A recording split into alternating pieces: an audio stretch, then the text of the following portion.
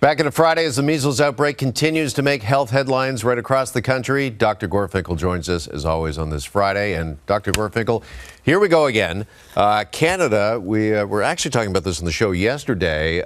We are actually in danger of losing our measles elimination status that we've held for nearly 30 years. Just how concerning is this, and is it too late to turn things around, do you think? Well, what took them so long? We're 1,440 cases later, and now they're saying, oh, it's the end? I can't understand that. But to put it in perspective, between 2013 and 2023, those 10 years, there were 100 cases. Now there are 1,440 cases. So it really makes you wonder, what are we doing wrong? We started out with 90% vaccines in 7 years old and younger. And now what are we at? 70%, 7-0. In order to have herd immunity so that it doesn't spread within the community, we need 95% of people vaccinated. So there's kind of a mismatch there, a 25% mismatch. So that measles will continue to spread until it hits that wall of immunity.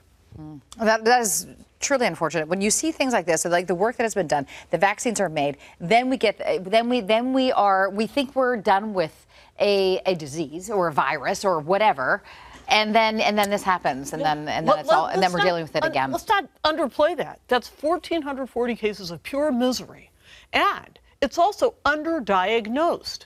So who are the cases? 3 out of 4 are happening in people under 19. And 9 out of 10, actually it's 95%, who are not vaccinated. We've got a problem here. And that problem is solved by a simple shot in the arm. That's 97% effective if you get two shots. Yeah, and it's a good point as well. 1,400 are the cases that we know of, right? Likely the number's higher. Oh, for sure. Yeah.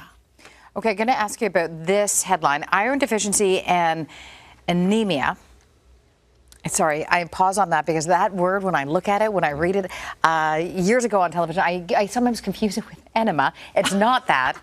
It's anemia. Something different. It's something very different. Yes. And that's why, sorry, my mind, it's just like the words and the letters.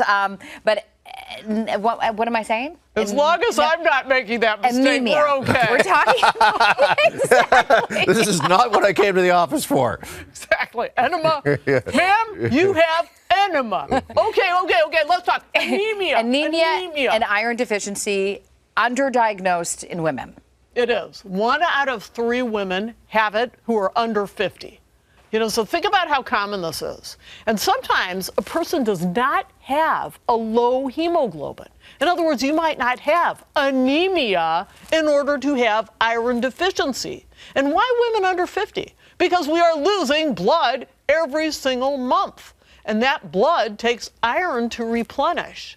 So the problem is, when we see the symptoms of iron deficiency, they're easily overlooked. Because who isn't tired? Who doesn't have a sleep disturbance or brittle nails? Like, those are the kind of symptoms that iron deficiency gives. Restless legs, irritability, depression. So yeah, it's underdiagnosed. Can we just get back about the women and being underdiagnosed? So what should we do? So what are the sources? Heme iron is the best source. So you're talking meat. But if you're not a meat eater, fine. You could go for non-heme sources, all the legumes. So chickpeas, lentils, black beans, those are good sources too. But the problem is, it is truly underdiagnosed. What about taking pills? Not everyone responds to pills.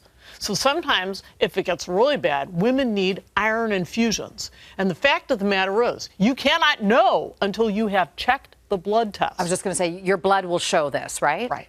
Okay, so regular blood work will show this. Yeah. Okay. All right. We're going to have to leave it there. Dr. Gorfinkel, pleasure as always here on a Friday. Thank you so much and have a great weekend. Thank you.